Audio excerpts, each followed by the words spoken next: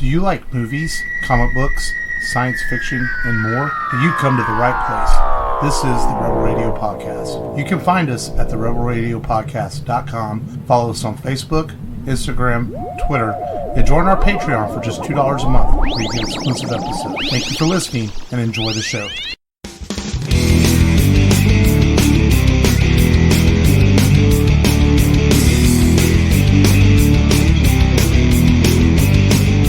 Welcome to a new episode of the Rebel Radio. Oh man, I just butchered that. Welcome to a new episode of the Rebel Radio Podcast. This is Mark. This is Matt. This is Long, the user. Yes, the user. Well, I mean, yeah. We're all users nowadays. You know? Yep. Yeah. Users of everything that's available in our hands. And sometimes not in our hands. You know? I don't know. Did that make sense? I like how open-ended that is. You know? I mean, you know. Guys are perverts. Well, I wasn't even thinking of it like that. Whoa. Well, since you put it that way, I mean, you're not wrong. All right. I mean, Yeah, he's not wrong. wow, this show has started out fantastic. Oh. So, how was y'all's week? Oh, shit. Just to give a heads up, I've been seeing a lot of lightning strike outside, so if my power cuts off, that means continue on. Oh, geez. Freaking flash flood warning. If it's getting close to you. Yeah, we're all within a couple of square miles of each other, so it's like Yeah. it could hit any of us at any moment.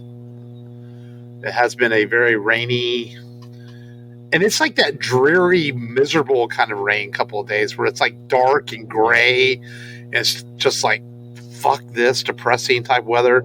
Like, I don't mind the rain when it's like, you know, there's a difference in like happy rain and dreary rain, you know? And it's been like that dreary, just dragging on. The last couple of days, it felt like 4 days in one, you know? Just like, fucking hell. I did get out of the house today for a little bit, took the kids to lunch, and had to go to the wonderful world of Walmart, because as much as I hate that place, sometimes there's things you need to get there that you just can't get anywhere else for their prices. So, you know. True. So, other than that, that's about all I did. Well, the week was okay. Otherwise, you know, typical work week. I know poor Long at his company, they made him work his butt off yesterday. Yeah. I hate when they put you on a truck. It's like, and they don't even give you anything for it. Did they at least give you like a Olive Garden gift Or card? bonuses? They No. like just they No. and they make you do it. You can't say no. No. Yeah. That's messed up. I'd be like, I wish we were unionized. Then I could. I'd say be like, no. hell no. I mean, Hell no. hell no. That's not my I'm job not good. description. Yeah, I'd be like, that's not my job description. Start wearing like a full suit to work every day. Then they'll think twice about sending you. There you go. Shit. I can't work in this. Yeah. I can't work in Are you this going to suit. pay for Sorry. my $70 suit for a suit mart or something? Yeah. Man. I used Uncle Joe Biden's stimulus to spend $200 on a suit. So Nice, man. Was that the one you sent us a picture in? yeah. Nice. But anyways, let's not talk about work. Fuck him. I hope they get unionized one day. One of these days. Yeah. And then there's Matt with his new job, trying to stay awake through it all. I got good at it. It's the problem is now on my off days, trying to go to sleep at a regular time. Yep. I'm just wide awake. I didn't go to bed last night until like 2 a.m. So Yeah. fun. Sucks to be you. Yeah. But yeah, so, you know, it feels like this is that time of the year that, you know, my son finished his first baseball season this week, and it was fun. And, you know, school's almost out. It's like in Texas, we're dreading the upcoming heat that's coming. But yet at the same time, we look forward to the summer because, you know, it's, I don't know, it's just something about summertime. It gives you a sense of like, you know, vacations are coming, you know, good times usually, you know, a lot of good memories made in the summer. So I guess there's good about it, you know, and school ending and then beginning again. So, you know, It'll all be happening soon, and it'll be hot as fuck. But with that note, that's all I got to say to intro the show this week. Let's get into the show, I guess, man. Download this where we always talk about what we've watched, streamed, and we admittedly been a little slow lately as COVID just continues to hit the releases of movies. There's not a whole lot to watch, but things are starting to come around. There's been some new stuff on HBO Max and Netflix, and Amazon Prime's got the new Tom Clancy movie out, which I want to try to watch at some point this week. So there are things that are starting to come. I didn't watch a whole lot this week, but I did watch. I don't know if you guys got a chance to watch it too, but I did watch Mortal Kombat. I watched it. And did you get a chance to watch it, Long? What Mortal Kombat? No, So I haven't. Well, I guess we'll start off with Mortal Kombat, then we can talk about some of the stuff y'all watched. And I just didn't like it very much. I mean, I get it; it's a low budget film, but at least hire some people that can act. The acting in it's pretty bad. Hey, you get your hands off her. Your damn hands off her. The biggest problem is the storyline. Well, you have 35, 40, almost 35 years of history of Mortal Kombat. Why in the fuck would you write a story about a made-up character, some UFC fighter who's wooded as can be actor, and why? Why? There's no need to make up a character. That character could have been Johnny Cage or Liu Kang or anyone. It's why. Yeah. Who in the writing room thought that was a good idea? Maybe they saw Deadpool 2 and liked him. Oh no, he's terrible. The movie starts. I don't even know who. The movie starts out good. The first 8 minutes are great, and then the last 2 minutes are great. And he's Shatterstar. Yeah, and and the thing is, the first 10 minutes, the last 10 minutes, you have Joel Taslim, and I can't think of the actor who plays Scorpion, but no disrespect to him. But you have two guys who are world-renowned martial artists and are good at what they do. And I think that's why the opening scene and the ending of the scene, any movie, the movie work is because those two guys. But then not only that, you do have two guys who are renowned martial artists, and the fight scenes are still kind of eh. I see people online going, oh, these fight scenes are badass. This is so cool. What movies are y'all watching that make you think these are so badass? They're run of the mill. There's nothing spectacular about them. Fucking normal. Yeah, and then don't even get me started on all the video game lines in it. It's like they try so hard to make you notice that we're saying fatality. It doesn't come across as natural or anything. It's like it's so in your face that and people are trying to forgive this movie saying it's so bad it's good. No, it's not a great movie. It's not. I put it somewhere along the line of like the G.I. Joe flicks. They're not great movies, but they're guilty pleasures. I'll give Mortal Kombat that. It could be a guilty pleasure flick, but it's not any better than the '95 movie. It's about on par with that. I'll let I'll let you talk about Matt, because you watched it too. Yeah, so not only did I watch this movie, I watched the '95 version right after it because I wanted to really see if it was better. Because we have a friend of the show, fellow podcaster Justin, who was just like, "Oh, the movie was awesome! It's the best Mortal Kombat movie." And I was like, "Oh man, maybe it's pretty good." But then I saw like the other mixed reviews, and I'm like, "Is it the best Mortal Kombat film out there?" And I will say the beginning. Martial arts scene, like Mark said, and the ending. Yeah, it starts out great. Scene are great, and probably better than most of the fights in the original. But the middle is where you lose your luster, and like all of the '95 Mortal Kombat movie, it has better martial arts fighting scenes in the middle. For that versus in the middle. But they're mostly training scenes for a tournament that never happens. There's no tournament. Are you going to have some Mortal Kombat in your Mortal Kombat movie? No, you're not. It's like, what?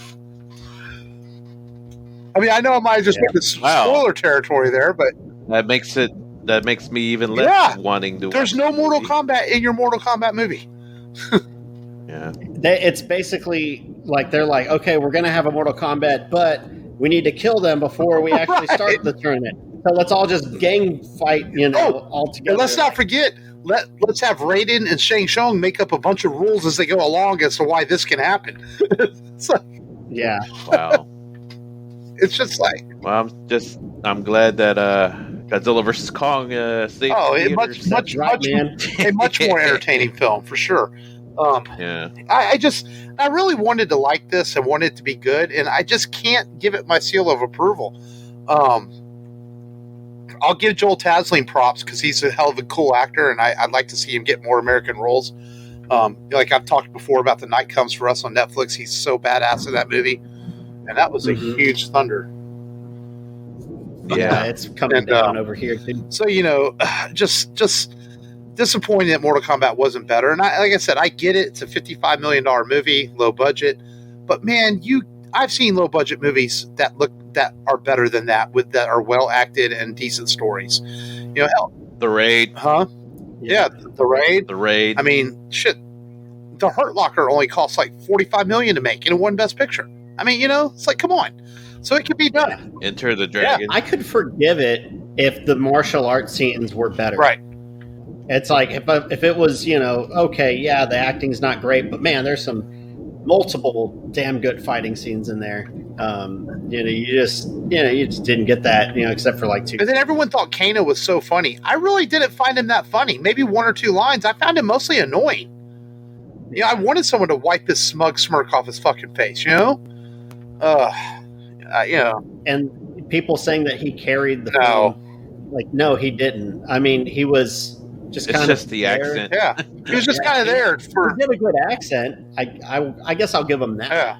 But I mean, the original Kano was just as good. The costumes were good. I give him that. Yeah. The production value for a $55 million film was fine. I don't think it looked bad or anything. It could have been so much better. Give me 200 pages to write a script. I probably could have written a better Mortal Kombat movie. I mean, that's just how I feel about it. Yeah. Bring on John Wick 4. Yeah. Yes. Yeah. For real, man. Yeah, I'm not sure what's next on the HBO Max slate.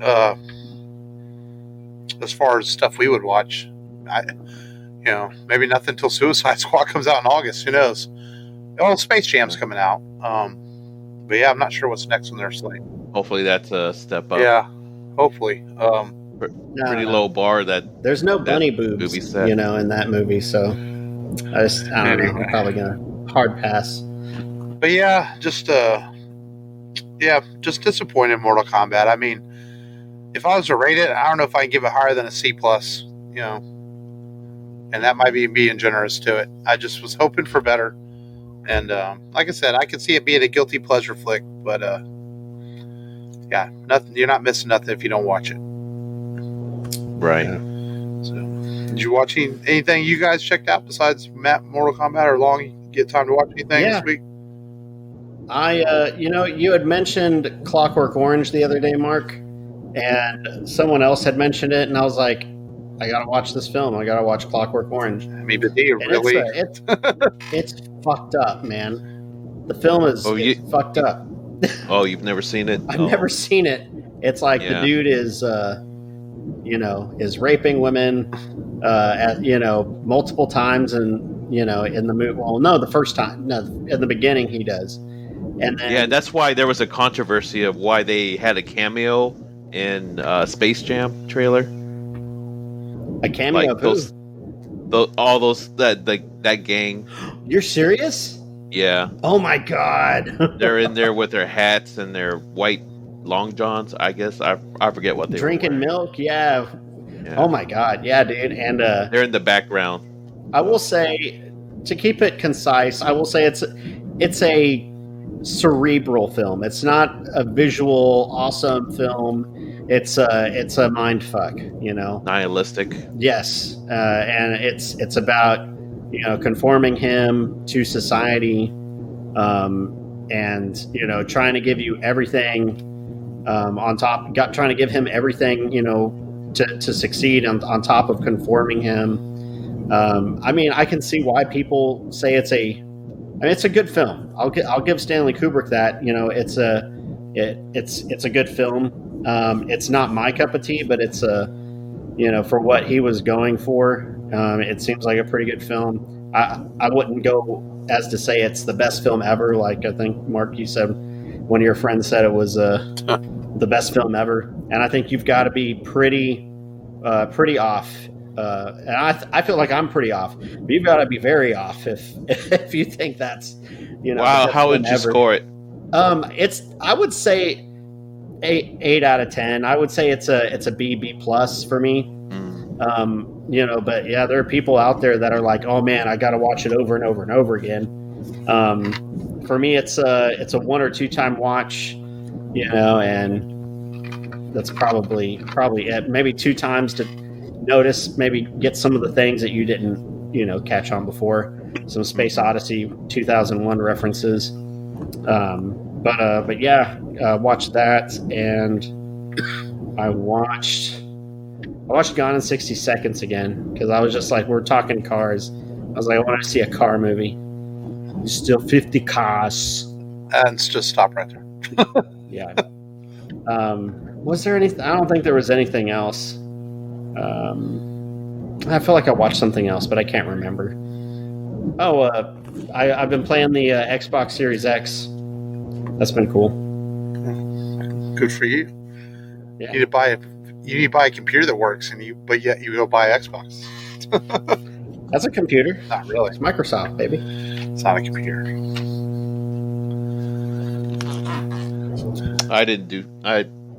I was too busy watching my fish die on me the whole last week, and I'm pretty depressed. Yeah, but some of the major fish that did survive were surprising. Anyways, they came down with white spot disease and they started dying, except for the more hardy ones. So, yeah. Man. Anyways, enough about that. That's kind of a downer. If you want to shoot your load into your fish tank, they want to get. Never mind. That was a terrible joke. Shut up, Mark. Anyways, you should relate, Mark. Your fish died too during the winter storm. Yeah, but I'm not going to lose sleep over it. I mean, yeah. Well, he put a lot of work. He spent $50 on fish. Oh yeah, I mean, yeah, man, and all that time. I'm not discounting it, man. I'm just saying. I'm like, it's a fish. All the effort. Yeah. It's all the effort, man. So, anyways, moving on. Well, I did fuck off or whatever. So basically, you just watched porn this week. No. Yeah, I did. But everyone watches porn. This is true. Yep. Food porn. Porn. It's all porn. Hell, I'm watching porn as we talking right now. That's just weird. Want to see it? We can't tell if you even have pants on, man. But oh man. But you do have a Rebel Star Wars Rebel shirt on, which before we get into the feature of the show, it just reminded me it's not Imperial. It's okay because we're the Rebel Radio podcast, and I feel tainted. The show was officially born 7 years ago this week, so kind of an anniversary. We're going to do some anniversary stuff on the 250th episode here in a few weeks. Look back at 7 years of the show a little bit. So, but just have to note our birthday this week, 2014. I think the first episode was officially released like May 5th. Dear God, don't go back and listen to those if you're listening to the show because they're terrible. Yeah, we had no idea what we were doing, but we still want to note our milestone. But don't listen to them. We plead with you. No. Please. Do you remember when? The official version of the show that you listen to now started with episode 81. So if you want to start somewhere, start then. Those first, not that there's bad episodes, there's some good episodes in the first 80. I'd say probably around 25, 26, we found our footing. Those first 20 episodes or so are kind of rough at times. But, everybody's got to start somewhere. For real. And so I just wanted to note our 7th anniversary. So it's kind of amazing that it's been 7 years. So, and like I said, we'll look back on that here in a few weeks in our 250th milestone episode. We'll look back on 7 years of the Rebel Radio podcast. But for now, let's get into today's featured film, which is I kind of like this movie. I know it wasn't super well received by critics, but I really enjoyed rewatching it this week, and that is Tron Legacy. We covered the original Tron about a year and a half ago, I guess, or so now. And when Disney Plus first came out, we did a couple of Disney Plus movies that month, and Tron was one of them. And so we decided to revisit this, kind of due to the breaking up of Daft Punk a month and a half ago. And we had already had our crime month planned out, so we kind of put Tron Legacy on the back end of that. And I summarized last week. Long, man, you look like you want to give it a summary. You just have that look. Yeah, Tron Legacy is more about Flynn's legacy, and that's about it. You sorry, motherfucker. Well, it is. It's all about. It's about Flynn and his son and fucking things up. No, yeah, no. It's just he does fuck things up because he trusts in the system. Yeah, too much. Yeah. Flynn's son is in search of his dad, and he goes into the grid to look for his father, and runs into Clue, who looks like his father, and gets reunited with Flynn. Finds out that Flynn wanted to build the perfect system, but ended up creating a monster out of Clue, who wanted to make everything in order, perfect utopia. And basically, it's a conflict of chaos versus order. And stopping Clue from going to the real world. Yeah, stopping Clue from going into the real world, where to conquer the analog world. And yeah, so they ended up stopping him, and Olivia Wilde's hot. And yes, she is. Great score, by the way. This score by Daft Punk is better than any freaking score that what's his name, Junkie X. I knew you were going to mention that. But yes, I didn't even realize when we were doing this movie, I have had Olivia Wilde as Quarra, not my lock screen, but my app screen. She's been my background for a while, and I completely forgot because I'm so used to her being there. I'm like, oh yeah, she's my unlock screen on my phone. And that's awesome. Nice. Yeah, the first thing I saw this movie in theaters, and I actually saw it in 3D. And it wasn't entirely formatted in 3D. It was one of those movies where certain scenes were. No, it wasn't. Where certain scenes were in 3D. But I remember the 3D being very good on it when I saw it, and they put the little icon on the screen. You had to put your glasses on, and but I also think that the first time I saw it, the 3D kind of took me out of the movie a little bit, and I didn't enjoy it as much as I could. And then when I rewatched this, I was like, man, this is actually a pretty entertaining movie. And it's visually, the movie is stunning, I think. Even for 2000. Movie's now 11 years old, and it came out in 2010. And it's still, like, it's impressive. This has some great special effects in it. They're very well done. And I'm sitting here trying to look for parts that look fake or look off, and it doesn't. This is a very good-looking film, special effects-wise. Even in the Star Wars films, sometimes you can notice that things look a little off. You know what I mean? But this movie remarkably looks really well. The only part that doesn't look well is the de-aging technology they used on Clue. It looks a little fake and a little cringeworthy. But the rest of the movie is fantastic visually. Wasn't it the first time they de-aged? It was one of the first movies, yeah. Yeah. So I mean, hey, you're going to get some bugs, I guess. But yeah, like you said, that's the only part that visually, maybe could have used a little bit more work. But hey, de-aging has gone so much better. Gone so much. And I think that's why you forgive it. And because as you get further into the movie, you get caught up with the rest of the visuals of the story that I think about halfway through, I didn't even notice Clue anymore. It's just the first part of the movie. It's real noticeable. Yeah. I just chalk it up as the way that the grid makes people look. So I forgot Clue. Oh, that's the other movie I watched. I watched Tron, and I forgot that Clue was in the first Tron. I completely forgot. He's the program. He doesn't show up for the rest of the film, but he's in the beginning. This Jeff Bridges program that gets caught trying to get into the locked files of the master computer, master program, or master control. Sorry, master control. And I was like, holy crap! I was like, Clue is in this one. I was like, how did I miss that? So, that was cool.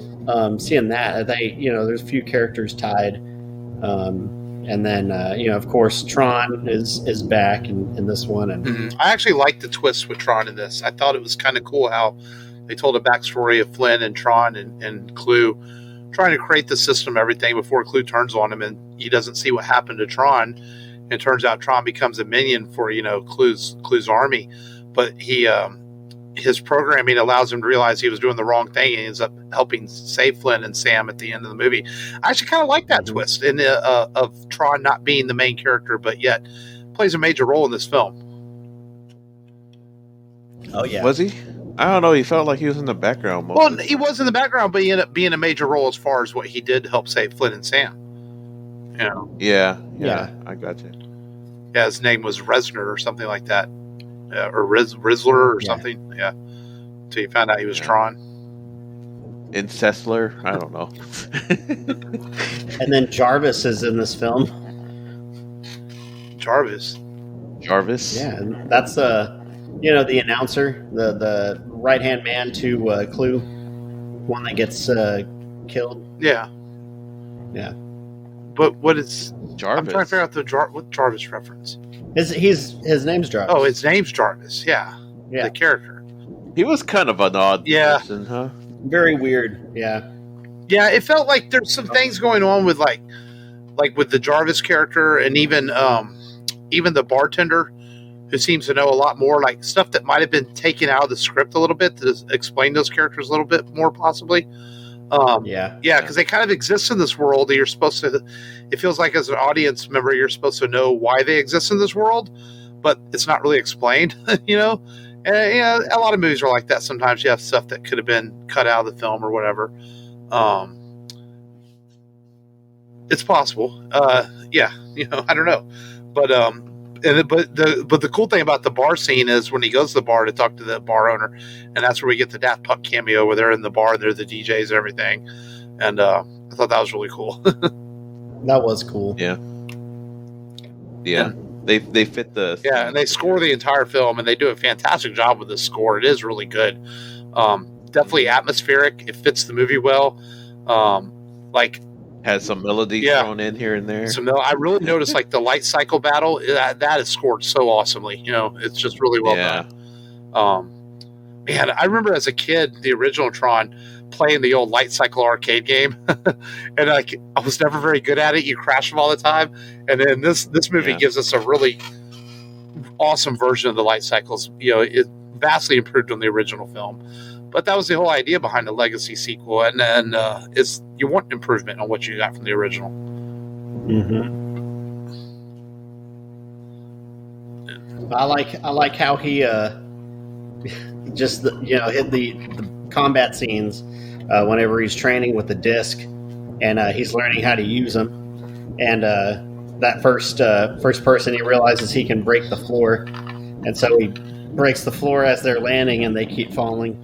Yeah. And then he goes and against the next person, he's like, no more of this, and bounces off his own disc, killing the other guy, and then going down. I was like, man, he probably could have been really good. Mm-hmm. But yeah. Yeah, and Garrett Hudlin plays the young Sam, and he was he's one of those young actors that Hollywood seemed to be trying to turn into the next big thing at times, but he hasn't had that big hit. But he's not a great actor. He kind of plays that typical look at me, I'm the handsome guy on set, and he kind of but he does okay with what he has to work with. There's a lot of these kind of sci-fi movies like this have a lot of exposition dialogue that as an actor probably doesn't make a lot of sense until the film is edited together.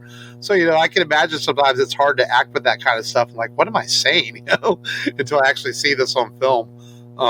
And this is definitely worth not bad for a cardboard. Yeah, but Hedlund does all right in this movie. He signed on for a couple of pictures, and Disney. The movie didn't make a ton of money, so there's been some talk about a third one happening, but nothing concrete. There's a lot of theories about the end of the film. Of course, we didn't even talk about Olivia Wilde. Her character plays Quarra, and she's a like an what they call it, an isotope? Is that what they call it? An ISO, and she's like basically a living program in a lot of ways. Yeah. And they're not supposed to exist in the real world, but Flynn was hoping to find a way to use them to help cure diseases and help economies and things like that with the use of them. And so somehow at the end of the film, she's regenerated and she helped save the day, and she's able to escape into the real world with Sam. But there's no explanation as to why she's alive in the real world. And there's a lot of fan theory that when Flynn destroys the computer world at the end, that he reprograms it, and that Sam and Quarra are actually in the perfect system. Because you notice when they come out of the arcade, other than Alan, there's no one around. There's no cars. There's nothing, even when they're driving. So that's a fan theory that when Sam and Quarra are in the real world or in the perfect system. They're actually not in the real world yet. They're just in the new system. So that's been a fan theory that's been out there I was reading. I hope it's not real. That would be trippy. That would be trippy if they ever make the third one, and there's been some movement on it at Disney, and there's been some talks. The director of this one, he has said that, he's had some talks with Disney about it possibly getting made, and Disney Plus is allowing for a lot more stuff to open up, and maybe things get made. If they don't necessarily go to theaters, they can go to Disney Plus. So maybe we'll get another Tron film in the future. I like this world. I think it's a cool world, and I would like to see more. Problem with you wait too long in these legacy sequels. It's been 11 years since this one. Garrett Hedlund, Olivia Wilde, Jeff Bridges are all going to get much older. It's like, how do you keep bringing these guys back to make more sequels, when you wait too long? But yeah, didn't Jeff Bridges' character die? It's alluded to that he could have died whenever he destroyed the system. Yeah. But, it depends if he reprogrammed himself at that point, So, yeah. Yeah. So we could see. But, I think this film is better than people give it credit for. I actually really enjoyed rewatching it.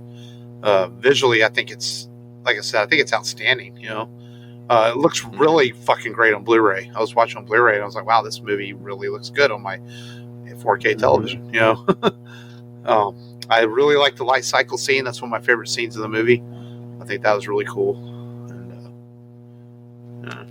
That could be said for the first movie, huh? That was cool, too. And I like some of the new stuff they had. It's like the flying vehicles. When they jump out and they have flying vehicles, I thought that was cool, too. That was fun. But, I don't know what version y'all watched it, but like on the Blu-ray, some of this was shot in IMAX. So it's similar to The Dark Knight, where the black bars would disappear on your screen. They'd fill up your whole television for certain scenes and stuff. So. Yeah. I watched it on Blu-ray, and man, that's the thing about Disney. Disney home releases, they do a really good job with their HD transfers. Yeah. Because like I've noticed a difference too. Like streaming is nice, you're on, it's convenient, but I think that even 4K streaming to me isn't always. Even to me, it's not as sharp sometimes as Blu-rays. There are Blu-rays that look sharper because they're playing off the disc than playing off of a digital stream, because sometimes the digital stream doesn't keep up with the quality, So, and it just depends how busy the servers are at times. Because I know sometimes I'll watch something on Vudu, it will look really, really sharp, and other times it's a little less sharp. So, it just depends on their servers, I suppose. But I don't know, man. I give this movie. I don't know.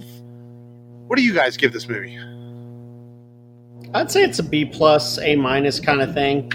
I think that, like you said, if you're looking for something that's wrong with it, it's maybe a little less backstory on a few characters, and maybe some forgivable de-aging. But everything else, I mean, it's got everything else: a great score, great graphics, good fight scenes, good action. So I think it's definitely B+, A-. Yeah, I say it's a B+. Yeah, I think it's a pretty solid B+, A-, fair, because, like you said, if one thing holds it back, it's a bit of the tech, the de-aging tech, and a bit. It's not a hard story to follow, but it's a bit sciencey, convoluted like story. That might take some people out of it. It tries to be a little bit smarter than it needs to be. Maybe that's fair to say. And but overall though, it's still a fun ride, enjoyable, and we all agree that Olivia Wilde's extremely hot in this movie. Yes. Scorching. Sizzle. So on that note, Legacy sequels have become a popular thing now. Tron Legacy was one of the first major releases, and I don't know if the term Legacy sequel officially came from the title of this movie, but I'm guessing that's a good possibility. And now we've had Legacy sequels of Bill and Ted and Mad Max, and it's become a thing, and there's still more to come. So I thought we would look back and pick 5 movies for our top 5 this week of movies we wish we had gotten a Legacy sequel to or could get to that have not been done before. Who wants to start us off this week? I'll go. So I know we got a sequel, but I want a Legacy sequel to the first Speed, because that second one was bullshit, and we need an actual sequel where Jack is like a senior detective, and there's a copycat, terrorist making bombs on vehicles. Dennis Hopper's son. Yeah, Dennis Hopper's son. Or even if they didn't want to be super predictable, someone that idolized him or something like that. Yeah. Maybe Jeff Daniels' character's son. Like make this like emotional twist. That would be pretty cool. Fair. Yeah. Well, my number 5 is I wish there was another installment of The Naked Gun. There we go. Yeah. We could do that. It's been, 20 plus years now? Is Leslie Nielsen still alive? I didn't think he was. He's passed away. Yeah. Maybe Steve Martin to take his place. No, too obvious. Too obvious? It has to be a dramatic actor to be in that lead role. Yeah. Now I am. Because Leslie Nielsen started out as a dramatic actor, so. That's true. At number 5, I know we had a couple of sequels to this, but I'm always in the middle. Why the fuck am I always in the middle? I don't know. You didn't have to be in the middle. You could have told me to go next. You like being the filling in our top 5 sandwich. Now you just had to make it weird, Matt. Yep. Shut up. At my number 5, I picked a movie that did have a couple sequels to it, but Robert Rodriguez has talked about before possibly doing another El Mariachi film where we revisit the mariachi years later and where he's been, and I think that would be cool, and as long as it's better than Once Upon a Time in Mexico. I didn't hate that movie, but it just felt like I wanted so much more, than I got from it. So maybe one day Robert Rodriguez will revisit that character. One of these days.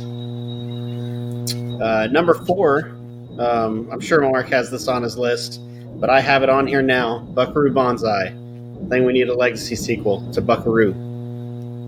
I'm not going to comment yet on that. Yep. Number 4, I think I could see this being a Legacy thing because fans have been asking. It's a little recent, but Alita Battle Angel. That's not a Legacy sequel, though. It just came out. That'd be what, 5 years later? Not even 5, like 2. 2? Was it 2019? 2 years too long. Yeah. 2 years too long. Yeah. Cheater. I don't know. At number 4, now this could be interesting. Hear me out on this. A sequel. You're talking almost 50 years later.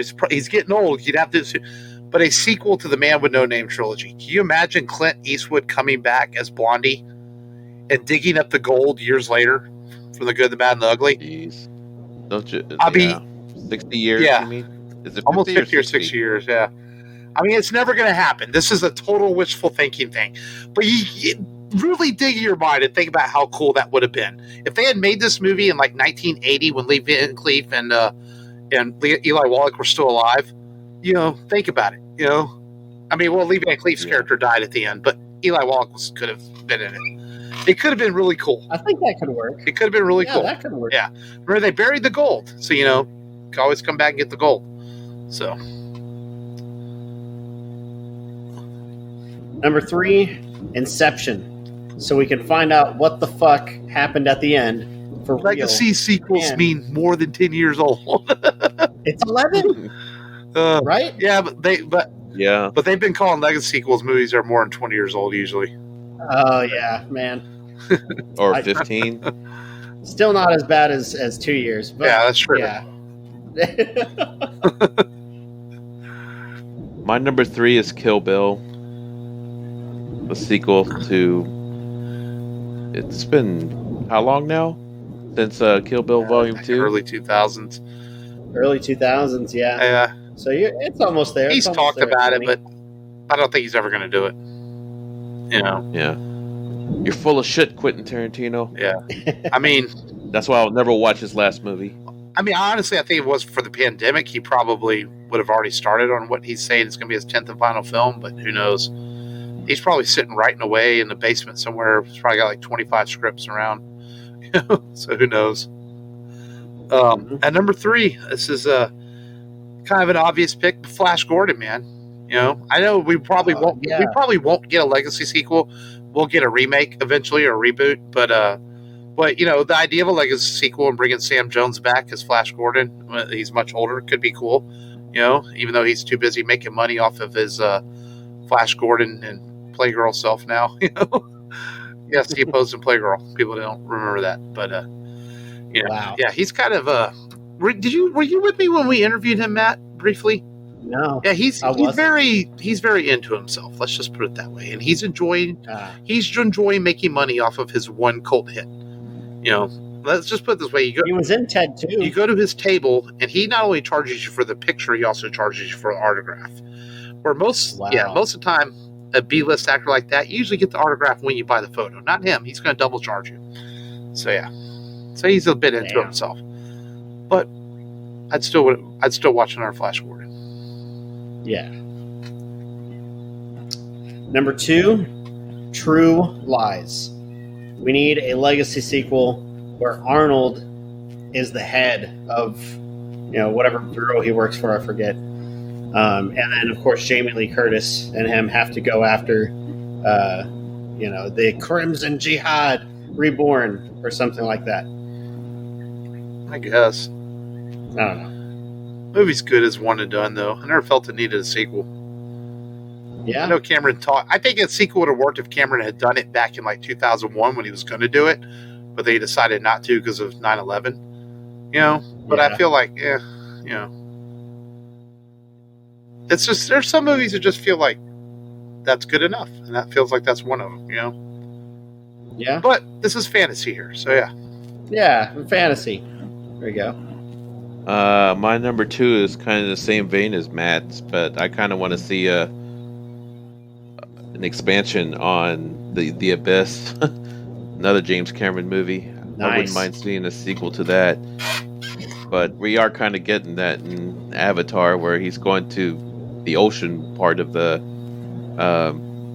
what's the name of that Pandora planet that they're on? Pandora, yeah. Mm-hmm. So, yeah, the Abyss as a legacy sequel. Cool. At number 2, I have Stop Squeaking Your Straw. God damn it. Sorry, I was trying to do it quiet. Damn it. Like a little kid, man. At number 2, I know we got a sequel, which we covered on the show, and we're actually going to cover this movie on the show next month sometime. But a true legacy sequel to Predator. I always wanted to see Arnold come back and have a rematch with the ugly motherfucker. Yes. And I felt like we always got ripped off of that. It's like, it's cool, the Danny Glover film, but why did we never get a real sequel to this? And don't tell me Arnold couldn't have made it. He could have made the damn movie back in the 90s. He just never did. And we probably won't at this point, but I always wanted to see a true Predator sequel. Yeah. Yeah, I would probably a true Predator sequel, not the one that they tried to pass off as a direct sequel to the first Predator. Yeah. Oh, that one that came out a couple years ago? Oh, that was crap. Yeah. Dude, that movie. It was crap. God, that sucked. So number 1, I'm going to be a repeat offender. This is over 10 years. It's more like 13, 14 years. But Step Brothers. We need a Step Brothers sequel. We need to see what happens with Prestige Worldwide. I don't want to see prosthetic ball sacks again, okay? You want to. This time, someone puts their ball sack on their pirate ship that they get at the end of the movie. And they go ape shit over it, make them eat white dog shit. Why are you sweating? I was watching Cops. Cops isn't on until tomorrow. I admit the movie's funny, but Once was enough. I was inspired by Will Smith singing Por ti volare by Andrea Bocelli. You know the chick that's in there that's always trying to mess with John C. Reilly? That's the Agatha from fucking Vision, WandaVision. Yeah. Yep. Yeah. Yeah, she's also the voice of Doc Ock. Oh yeah. Into the Spider-Verse. Yep. Yeah. Those producers have a new movie on Netflix, supposedly very funny and very family friendly. And I tried to get the kids to sit down and watch it tonight, but they were misbehaving. Called The Mitchells versus the Machines. It's gotten really good reviews, and it came out on Netflix on Friday. But they were not wanting to sit down and watch it, so I said, forget it. Yeah. My number one is I would like to see a true part 3 to the Batman '89 trilogy. And you know what? I had that on my list at first, but I was like, nah, because we technically got Batman sequels. But yeah, it's a good one though. Yeah. Well, the script exists. Burton has a script somewhere in his files for a third Batman movie. So that does exist. It just never happened. It was going to be called Batman Triumphant. So. Oh yeah. I think Batman Triumphant. Yeah, I think that's where I read he was going to call it. So it just never happened. That would have been a good one. Aren't they doing a digital comic that continues the world of Batman '89? Yeah, I want to read. Yeah. I don't know when it comes out, but I want to read that. And number one, Matt tried to steal some of my thunder earlier, but yeah, I have The Adventures of Buckaroo Banzai. Always wanted, they teased the sequel at the end of the movie, but the movie, of course, wasn't a box office success, so the sequel never happened for Buckaroo Banzai against the World Crime League. And his arch nemesis, which is only mentioned by name in the movie, but we never see him. And it's coming out in book form in August 10th from the notes of the original film writer. He's doing a book sequel that's coming out. Of course, we almost got a TV series from Kevin Smith a few years ago before they realized they couldn't get the rights. But yes, I've always wanted a legacy sequel to Buckaroo Banzai. Of course, Peter Weller is almost 80 years old now. So I think you'd have to recast Buckaroo if you do that. And I'm okay with that. So maybe I'm going to hold out hope that one day I'm going to get more Buckaroo Banzai on the big screen. One of these days. Long just shakes his head because he doesn't understand my obsession with Buckaroo Banzai. I didn't shake my head. I wouldn't call it obsession. I think it's just a underappreciated cult classic. Yeah, I believe I tried watching it as a kid. Yeah. But I don't know why I didn't sit through it, though. Yeah. It's weird. Because I was too dumb, too retarded at that time. Too dumb. Well, let's do a little bit of news then. Good top 5, fellas. Not a whole lot of news, but we'll go over it a little bit. Man, this He-Man movie, they've been trying to make since, 98, 99. I mean, John Woo was attached to it at one point. I think even Spielberg's company was attached to it at one point. I mean, you name it.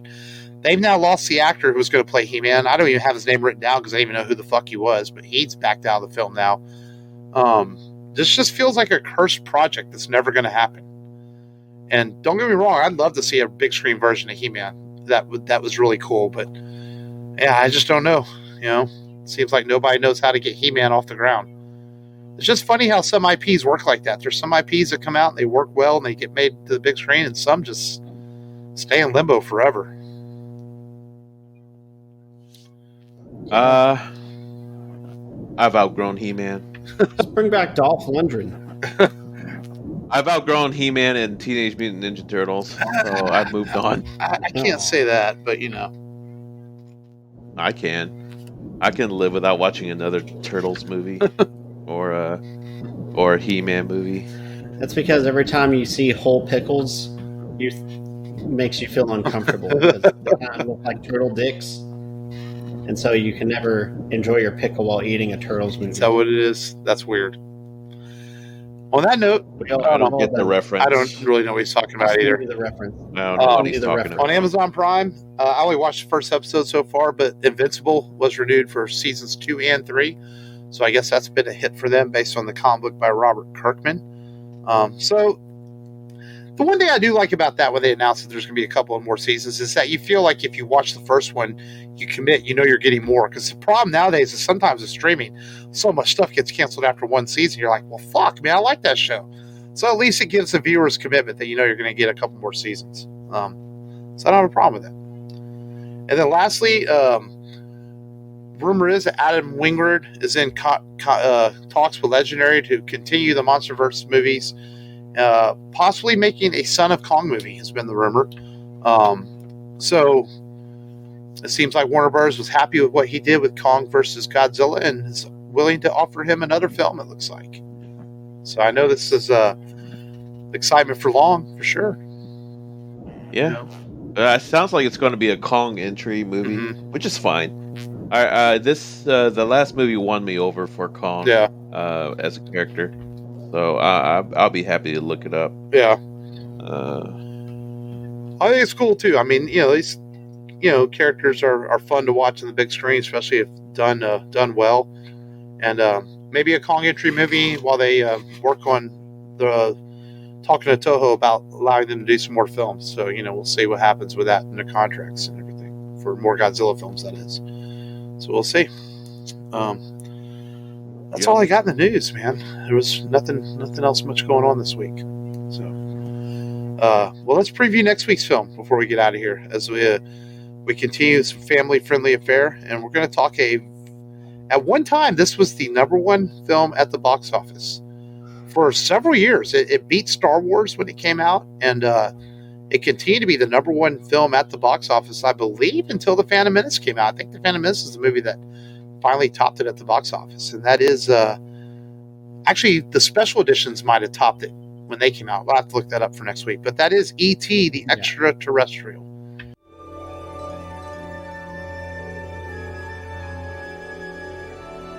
He's lost. He's alone. And he's 3 million light years from home. In spring 2002, only in theaters, I'm keeping him. Steven Spielberg's masterpiece will come to life Home. for a whole new generation. Experience the mystery, Wait, what is it? I don't know. So scary. the wonder, What's happening? the call E.T. Phone home. that started it all. With never-before-seen footage, enhanced special effects, and an all-new digitally remastered soundtrack. The extraordinary 20th Anniversary Edition. E.T. the Extraterrestrial. I'll be right here. Only in theaters, March 2002. This is an all-time classic. There's no doubt about that. And I watched this not that long ago, maybe a few months ago, and it holds up really well. The kids wanted to watch it; they really enjoyed it. It's been years since I had really seen it, and I'm like, this is still pretty good, And it's going to be, I think, fun to look back on it and talk about it. Definitely an all-time classic from Steven Spielberg. It made Reese's Pieces a top-selling candy. Yep. That's the one part I always remember is the Reese's, the line, the trail of Reese's Pieces. And a movie that also got a special edition, which caused some controversy. But I believe, if I remember right, on my Blu-ray, I think you can watch it without the changes, if I remember right, where they put walkie-talkies into the hands of the cops instead of guns, which is a little weird, but Oh yeah, I think it makes more sense. What, the walkie-talkies? I guess. Pointing guns at kids on bikes, come on. I mean, Matt would like it, but Maybe so I have to look. They were harboring a known fugitive long. An alien. I'll have to look when, an illegal. I'll have to look when I watch on my Blu-ray, but it is on Amazon Prime and 99% sure it's on Netflix, so people want to watch. Hey, why is that boy carrying Matt in the basket? A very young Drew Barrymore in this film too. Oh yeah, that's right. She's the sister, right? Yep. So we'll look back next week at E.T. the Extraterrestrial on the show as we get close to 250 episodes. Pretty cool. That's it for this week. That's all I got. Thank you as always for listening. Go to rebelradiopodcast.com and stay safe out there and continue to do your part in the social distancing world as things are slowly starting to look up, from what I've seen. Hopefully a few more months of this and things will be a little bit more normal. I mean, they're never going to ever be normal again, but at least a little bit more normal. But until then, this has been Mark. This has been Matt. This is Long, the master program. Master control. Yes. Master control. And until next week, as always, remember, just go there and do it. Go there and do it. Or derezzed.